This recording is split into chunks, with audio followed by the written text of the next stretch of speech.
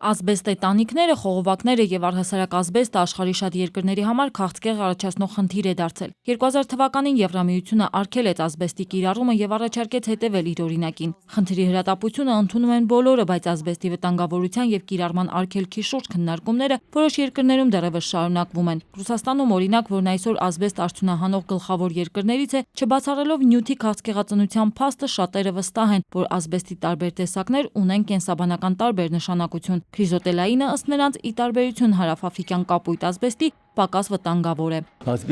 Մենք չենք ասում, որ ազբեստը քաղցկեղածին չէ։ Ասում ենք, որ ազբեստի վերահսկվող օգտագործումը այսօր հնարավոր է։ Այո, ազբեստը երբեմն հանգեցնում է թոքերի քաղցկեղի եւ այլ հիվանդությունների, բայց չպետք է մոռանալ, որ քաղցկեղածին են նաեւ նիկելը, քրոմը, նավթը։ Այդ դեպքում ինչու չի արգելվում դրանց կիրառումը։ Հիվանդության ռիսկերը այնտեղ են, որտեղ չեն պահպանվում անվտանգության կանոնները, պնդում են Ռուսաստանի ներկայացուցիչները։ Սեմինարներն ու քննարկումները հենց կանխարգելմանն են միտված։ Նշում են, աշխարհում ամենաքիչը ազբեստ օգտագործել է Հայաստանում, բարեբախտաբար հիմնականում տների ծածկերի եւ կոյուղատար խողովակների պատրաստելու համար։ Եվրոպական որոշ երկրներում շատ են օգտագործել եւ այն էլ բնակելի, հասարակական շենքերում, մանկապարտեզներում, դպրոցներում, ինչը նախկին սովետական միության տարածքում հնարավոր չէր անել, փող չկար։ Մեր խնդիրը միայն մարդկանց գլխավերևում ծածկ ստեղծելն է ու դաշտեր ջուր հասցնելն է եղել։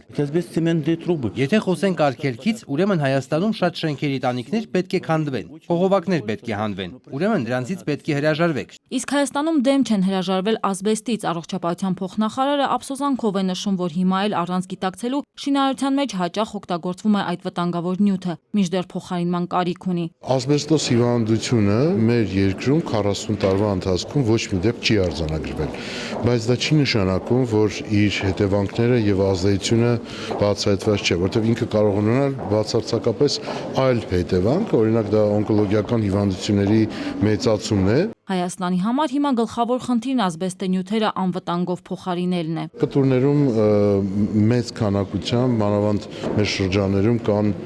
ուրեմն ազբեստի շիֆերները, որոնք որ շատ վտանգավոր են։ 90-ական թվականներին մեր